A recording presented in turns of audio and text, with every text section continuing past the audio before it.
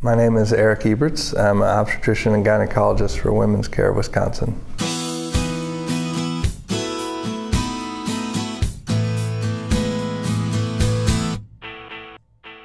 As far as how I chose obstetrics and gynecology, it was kind of a surprise to me even. When I went to med school, I absolutely did not think I was going to go into this field, and I absolutely did not think I was going to go into psychiatry. Upon reflection at the end of med school, you have to kind of choose what field of endeavor you're going to pursue, and I look back upon what experiences I had and really realized I had a great time doing my OB/GYN rotations. It brings a huge amount of challenge as far as the breadth of knowledge you have to have. You have to be good at surgery, you have to be good at patient care one-on-one, you have some anesthesia issues you have to be completely aware of. It is primary care, but it's primary care with a heavy surgical and obstetrical influence.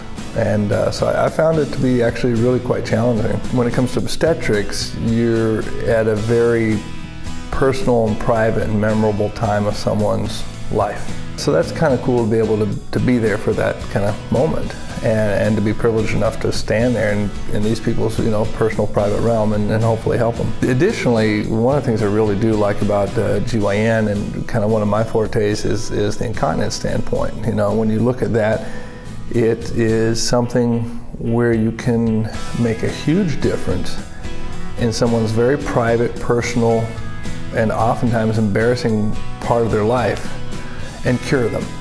Something that they probably put up with for many years, just hoping it would go away, never telling anybody about it. And you can take someone like that and at times do a 20-minute procedure and it's gone and they're cured. It's a world where patients get to make a choice. It's a world where a patient has the right to know good and bad about each choice they can make. These are people who have an issue enough that they've gone to the trouble of calling and getting out of bed themselves and coming here, disrupting their daily life because they have an issue.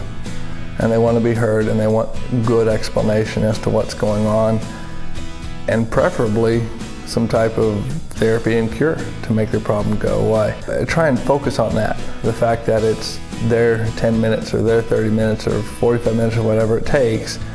Let them walk out the door with a good explanation and a better understanding of what's going on and why they're there. And hopefully just giving them an outcome that they can walk out with and say, that was a good experience, I'm really glad I came.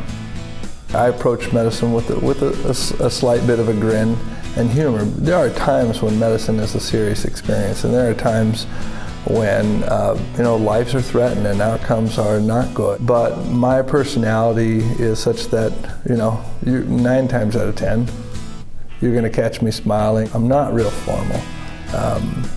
I choose to not be. That's just kind of the way I grew up. That's me. The good news about our practice is you can find someone in this practice who fits you. If you want formal, if you want male, if you want female, if you want older, if you want younger, there's different styles, different personalities. I think the quality is good across the group. Surgical outcomes are good. I want people to walk away enjoying the time, feeling like they got something out of it, and hopefully with an outcome second to none. I delivered a baby McDonald's there once. That was kind of outstanding.